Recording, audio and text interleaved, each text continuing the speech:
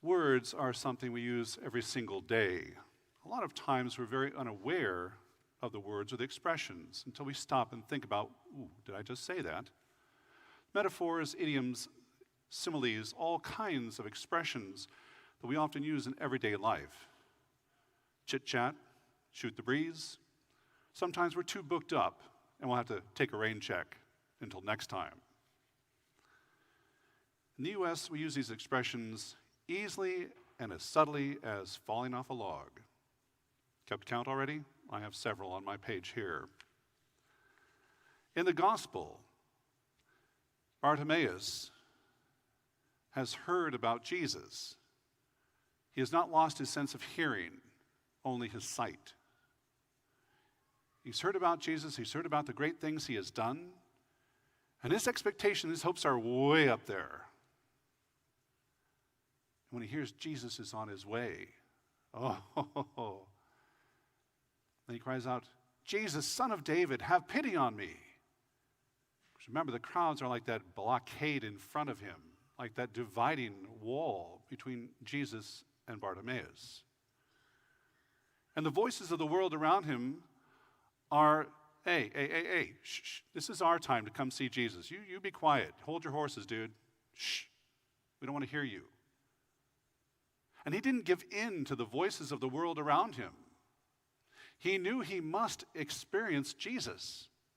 And he cried out all the louder, Jesus, Son of David, have pity on me. And Jesus stops and calls him over. Specifically now, the voices of the world are not center stage. And all of a sudden their attitude changes when Jesus calls Bartimaeus. Oh, Bartimaeus, let's help you up. Oh, have no fear, he's calling you. Take courage. Dude, he was not afraid to begin with. He understood who Jesus was.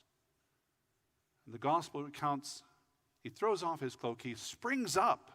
He doesn't just amble his way, he springs up and he goes to where the Lord is. He listens to where the Lord is calling him. And he has that unique interaction with the Lord. Bartimaeus, of course, is like a cat on a hot tin roof. It's like a child before Christmas waiting for Santa. Ants in your pants can't wait for this experience. Keeping count, similes, metaphors, idioms. And he has that unique encounter. The Lord simply says, what do you want me to do for you? In other words, I'm all ears, Bartimaeus. Get it off your chest. Tell me what's going on.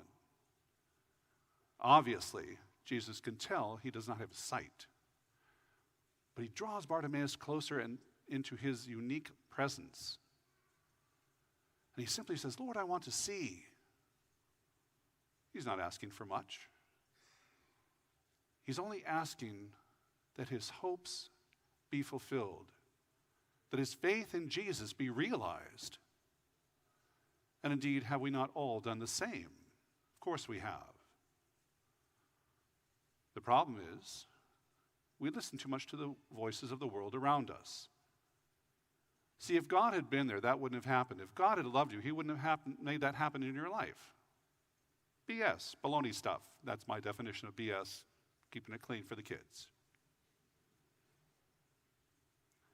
God does not throw horrible things into our lives, so get over that thought. When life hands us difficulties, when life itself hands us the cross, Jesus sends people into our lives to help carry the cross, to listen to us, to reach out to us in our time of need, to be present with us. That's what God does. God calls us uniquely into his presence just as much as he called Bartimaeus into his presence. He listens to us. But God sees the forest, not just the tree in front of us or a little piece of bark on the tree in front of us. God sees the wider picture, and he knows what grace and blessing is needed and what time that grace and blessing will be most beneficial to us. All too often, it's not on our time frame. All too often, it's not what we want. But whose will are we trying to do anyway? Simply our own? That's the voice of the world. And we hear it all around us all the time. God calls us uniquely at this celebration of Word and Eucharist to be present, to be in His presence, as He listens to us with that same mercy and compassion, as He knows our needs but asks us to offer those needs again anyway. Get it off your chest. Don't hold on to it. Bring it to the Lord in prayer and grace. In a time that is beneficial, it will be handled. It will be taken care of. It will be fulfilled. Patience is a virtue. But as human beings, we're not that virtuous. We want it right now. But the life of faith is not instant, nor fast food oriented. It's homemade. It takes a while. It's put together with love and effort and energy. The love that is graciously given to those who gather. And so we're going to continue to hear the voices of the world around us.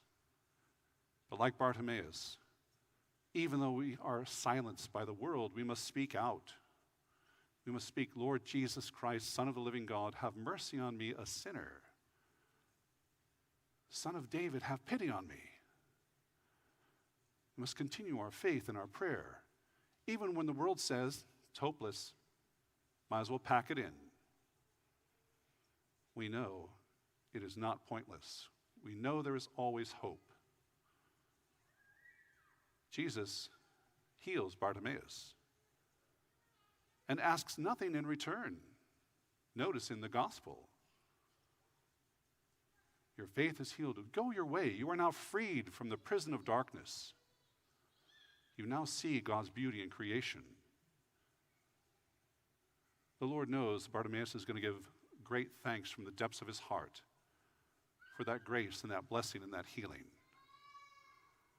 He doesn't demand anything of Bartimaeus. He doesn't demand anything of you or me. But the gratitude that we have wells up in our lives and our hearts. And like Bartimaeus, we follow him with an unreserved heart. We realize that the Lord of all life gives us life uniquely every day in so many ways and so subtly we don't even realize it. So stopping to count our blessings, stopping to give thanks and praise, several moments of every day is a great call and reminder. Bartimaeus could have gone on and said, thanks, see you later. But he chose to give thanks to God by giving his life in faithful discipleship of following the Lord of all life. And so when the voices of the world challenge us, chide us, keep chiming like annoying alarm clocks, inviting us to jump on their bandwagon, that's the last simile, we must realize, like Bartimaeus, it is the Lord of all life who gives us life every moment of every day. Be grateful for the blessings, even though it's not what we anticipate, desire, want, or expect. It is nonetheless a gift from God, a gift to be cherished, a gift of gratitude that we hand on to others, that they too might see the Lord of all life.